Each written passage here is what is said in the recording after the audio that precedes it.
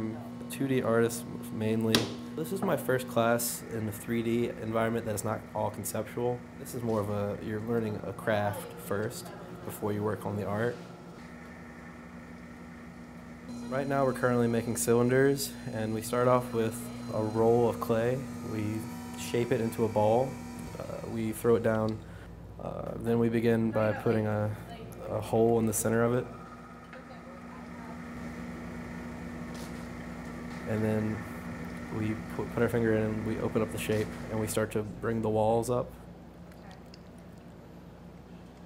The biggest shock to me about this class is how hard it actually is.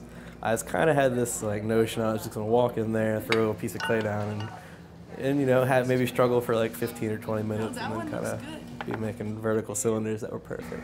But it's been a lot of fun, and it's definitely, I guess the struggle is the best part about it.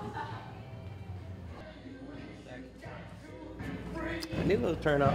After we put it on the shelf to dry, we would wait a day to let it become leather hard. At that point, for mugs, you would take off a little bit of excess clay and kind of form a bottom. These are all mine here.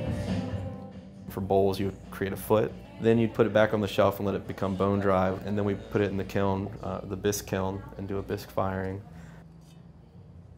The most difficult thing was just throwing cylinders at first, and then it became perfecting throwing cylinders.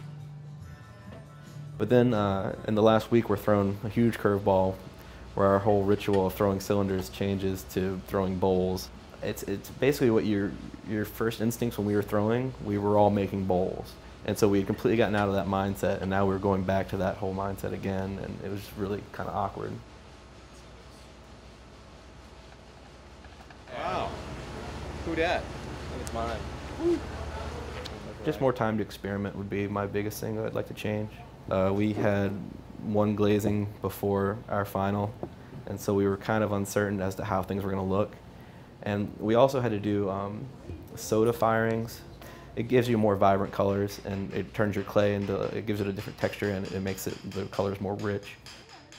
I like this one. I like this one a lot. We only did that once, and I wish we could go back and do more of those, because I thought those turned out really cool looking too.